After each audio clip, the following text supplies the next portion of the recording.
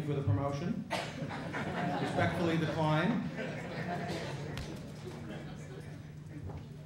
You know, as I look around this room, I am reminded in this building that City College is known as the Harvard of the working class.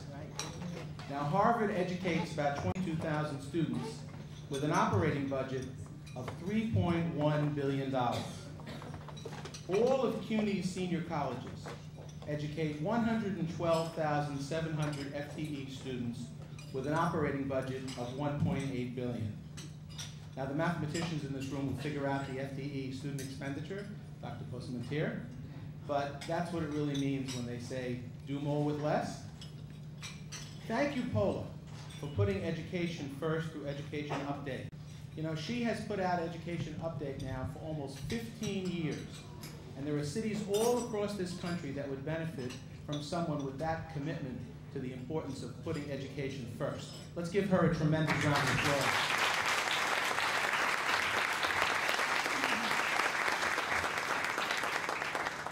I want to acknowledge my colleagues from CUNY who are here, including Trustee Rita DiMartino from the College of Staten Island originally and now on the Board of Trustees. Thank you for being here, Trustee DiMartino. And another great trustee, the newly appointed Commissioner of the Workers' Compensation Board, Trustee Frida Forster-Talbert of the CUNY Board of Trustees. Thank you for being here. My colleagues, the head of the University School of Professional Studies, Senior University Dean John Mobilescu,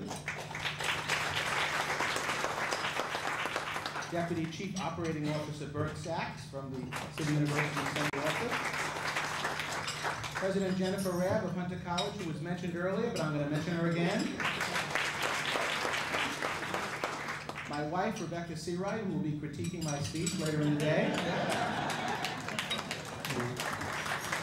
And my good friend Helene Goldfarb, who runs the Scholarship and Welfare Fund of Hunter College. Very important work for student scholarships.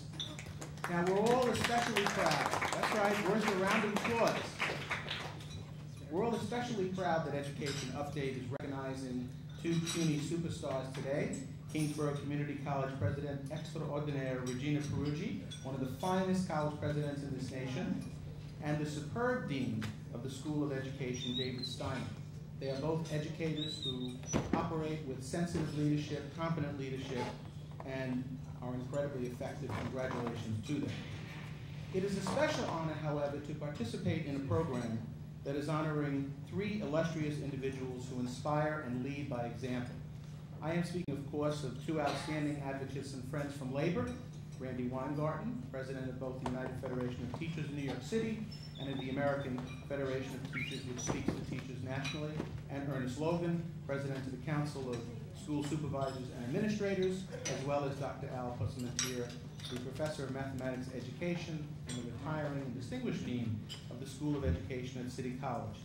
Both Randy and Ernie have consistently delivered for their members, improving wages, working conditions, and learning opportunities. You know, I just want to mention quickly that Ernie was raised in the projects in Brooklyn.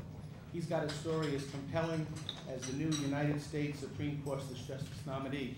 And are we thrilled about that nomination? Come on, let's hear it.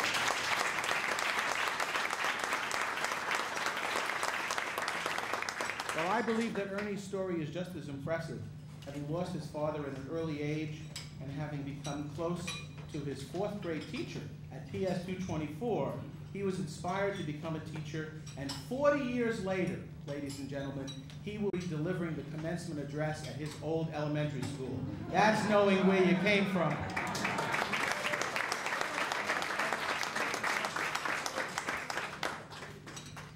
Randy, of course, was born on a picket line. She's the daughter of a teacher in Nyack. She gave up labor law to join the union movement and became a history teacher. Now she continues to make history as one of the movement's most important leaders. Congratulations to Randy. Al Possamentier is the only person I know who has gotten op-ed pieces and letters to the editor into the Times, the News, the Post, and Newsday twice in 1 week on the same day. For that alone, he deserves a round of applause. But he is better known for his work over many, many years to train teachers at City College, writing 45 books for educators and students. Congratulations to you. I feel particularly home in this setting. I attended several public schools and colleges. I started at PS 148 in Queens, Junior High School 145. I went to Newtown and Bryan High School, Queensborough Community College, and then Queens College. My wife, Rebecca, is a CUNY Law graduate and attorney, and she's here today. And we are the proud parents of two outstanding public school students. I have particularly vivid memories of my public school math teachers. In fact, I loved trigonometry so much that I took it twice. So, like many of you, I've benefited from the experience of public education in our great city. Now, everyone in this room knows that CUNY is soaring. It's soaring through the leadership of Chancellor Goldstein, through the leadership of our Board of Trustees, our college presidents, our students, our faculty, and alumni. As someone who has worked for 6 chancellors, I started out at about 8 years old in the early College Now program at CUNY. I know firsthand that CUNY has come a long way in the past decade. We are at the point where over 250,000 CUNY students will be served this fall at the City University of New York system in degree courses. And yes, John, another 260,000 students in adult and continuing education at the City University of New York. So that is a wonderful, wonderful testament to what happens when you raise standards at a great university system. Our Chancellor has initiated a without peer Macaulay Honors College, a thriving graduate school of journalism, a fabulous school of professional studies. A CUNY Advanced Science Center is going up at City College. A new CUNY School of Public Health at Hunter College is on the way, and a CUNY School of Pharmacy at York College is on the drawing boards. But I want to take a few moments to focus on CUNY's relationship with the public schools, a relationship that dates back to 1847, when Townsend Harris, the first president of City College, led the battle to create the Free Academy, the predecessor of the City College of New York. 70% of CUNY students today are graduates of the New York City Public Schools. Nearly 1/3 of all teachers hired by the New York City Board of Education, New York City Department of Education, are CUNY educated. The College Now program annually serves over 30,000 students at over 300 public high schools at all 17 undergraduate CUNY colleges.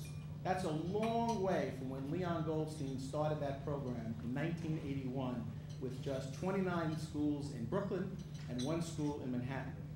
The College Now students today earn more first-year credits, have higher GPAs, and are retained at higher rates than any other of the New York City high school graduates. 11 public schools, mostly high schools, are located today at CUNY colleges, including many of the most highly regarded. You know, as a parent, I sat there and saw with Stuyvesant and Brooklyn Tech and Bronx High School of Science, there was York College, that wonderful school, and City College, their wonderful school, and the High School for American Studies at Lehman College, to make us all very proud. 11 early college schools today exist at CUNY, preparing students for college beginning in either the 6th or 9th grades. And CUNY's teacher education programs are now providing candidates who are passing the state certification exams that are, of course, administered through the New York State Education Department under the auspices of the wonderful Regent who is here from Staten Island. Those pass rates have gone from 80% about 12 years ago, and in a couple of cases, about 65% to, get this, 97% and 99% on both of the state teacher certification exams. That is what is happening at the City University of New York.